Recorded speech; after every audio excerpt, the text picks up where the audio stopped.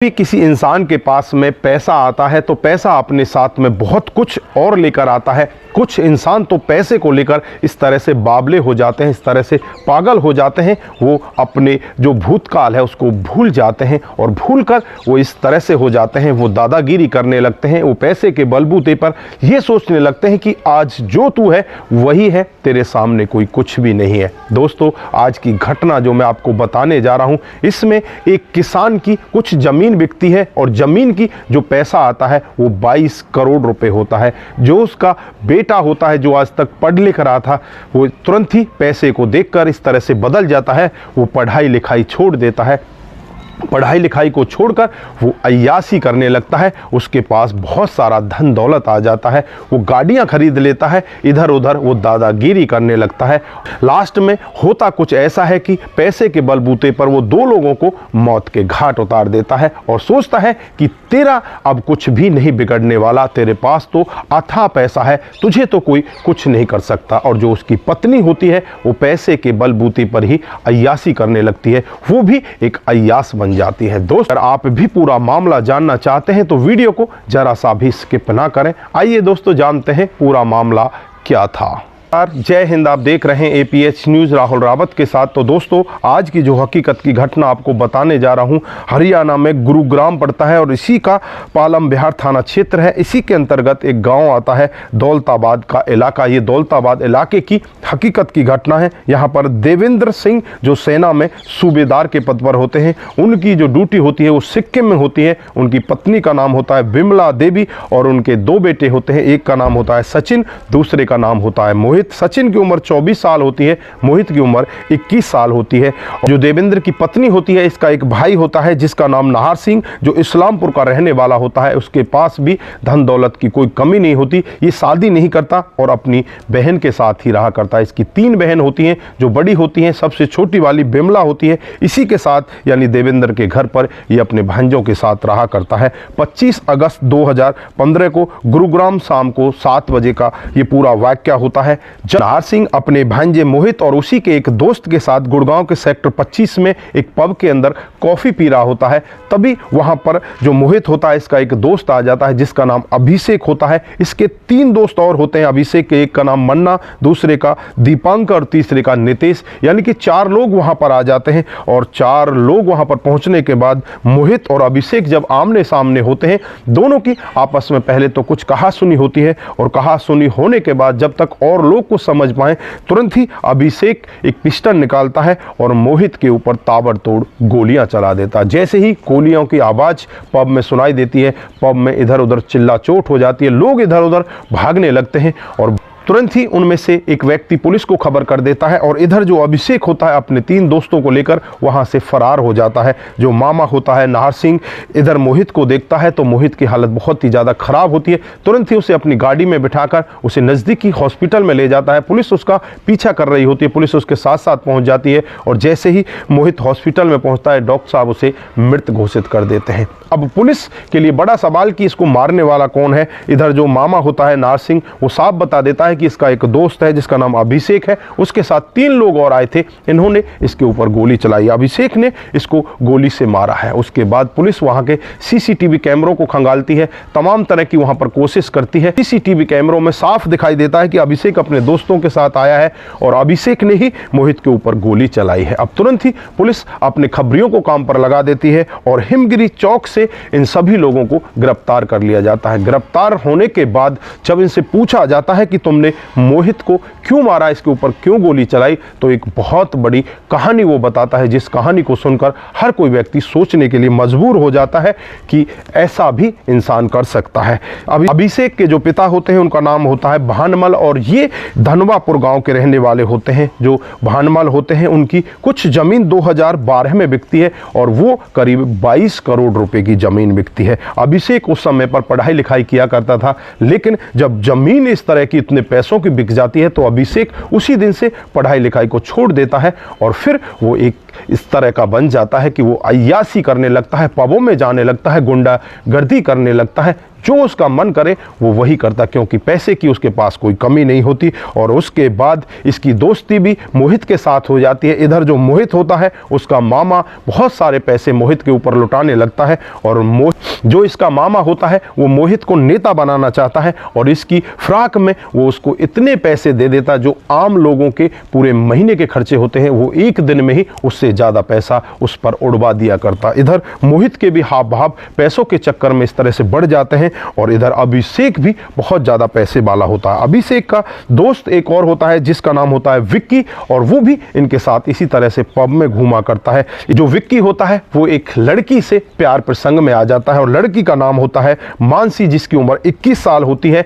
जो फकीरे लाल की बेटी होती है, जो बिहार की रहने वाली होती है। वो गुड़गांव में ही रहा करती है क्योंकि इसके पिता गुड़गांव में जॉब किया करते हैं, और विक्की के साथ इसकी इस तरह से दोस्ती हो जाती है। दोनों आपस में एक दूसरे के साथ प्यार प्रसंग में हो जाते हैं, दोनों एक दूसरे के साथ रहने लगते हैं, जीने मरने की कसमें खाने लगते हैं। जो मानसी होती है वो बहुत ही चंचल टाइप की होती है, उसे पबों में जाना, इधर उधर घूमना बहुत अच्छा लगता है। इधर जो विक्की होता है उसके ऊपर पैसे खर्च करने लगता है, और काफ़ी दिन का समय इसी तरह से बीत जाता है। और उसके बाद जो इस लड़की का पिता होता है उसे पता चल जाता है कि तेरी बेटी इस तरह से अय्यासियों में घूम रही है, तो पिता उससे कहता है कि बेटी जो तूने कदम उठाए उनको खींच ले, नहीं तो तेरे लिए अच्छा नहीं होगा। लेकिन यहाँ पर जो बेटी होती है वो कह देती है कि मैं इस तरह से पिंजरे में कैद होने वाली नहीं हूँ, और फिर पिता अपनी बेटी को घर से निकाल देता है। जो बेटी होती है वो अलग किराए पर कमरा ले लेती है और वहीं पर रहने लगती है, और जो विक्की होता है उसकी सारी ज़रूरतों की पूर्ति करने लगता है। धीरे धीरे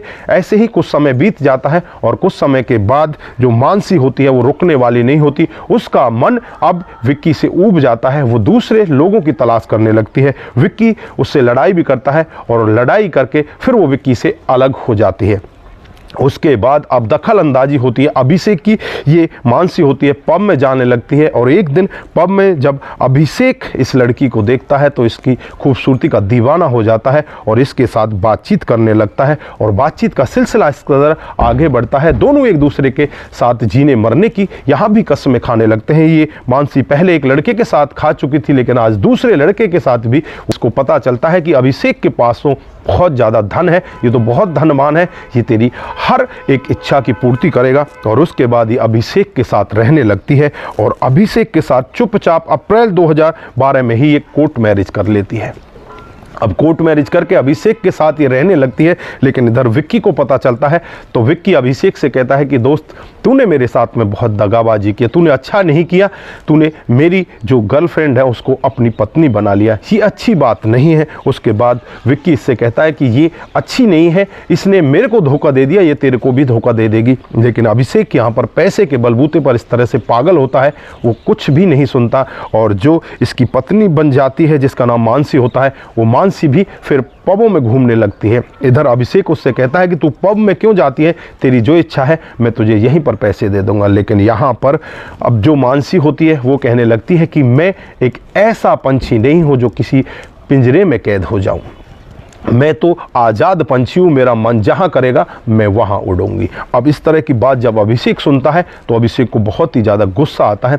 गुस्से में इन दोनों की लड़ाई हो जाती है, और लड़ाई होने के बाद जो मानसी होती है अभिषेक से भी अलग हो जाती है। वो अलग किराए पर कमरा ले लेती है और वहीं पर रहने लगती है। उसके बाद वो फिर से पबों में जाने लगती है और लोगों के साथ वहाँ पर नाचने लगती है, और यहाँ पर नए लोगों की वो तलाश करने लगती है। लेकिन यहाँ पर जो अभिषेक होता है उसे बहुत ज़्यादा गुस्सा आता है, और गुस्से में वो फिर अपनी पत्नी के पास फ़ोन करता है और उससे कहता है कि मैं सेक्टर 17 के गंदे नाले के पास खड़ा हूँ, तुम यहाँ पर आ जाओ, मैं तुमसे बात करना चाहता हूँ। लेकिन मानसी इससे मना करती है। फिर ये मानसी से कहता है कि मैंने तुम्हारे लिए 8 तोले का एक हार बनवाया है, उसे तो लेकर जा। उसके बाद जो मानसी होती है वो अभिषेक से मिलने के लिए तैयार हो जाती है। वहां पर अभिषेक अपने 2 दोस्तों के साथ पहले ही खड़ा होता है, एक का नाम खुशीराम होता है, दूसरे का कपिल होता है।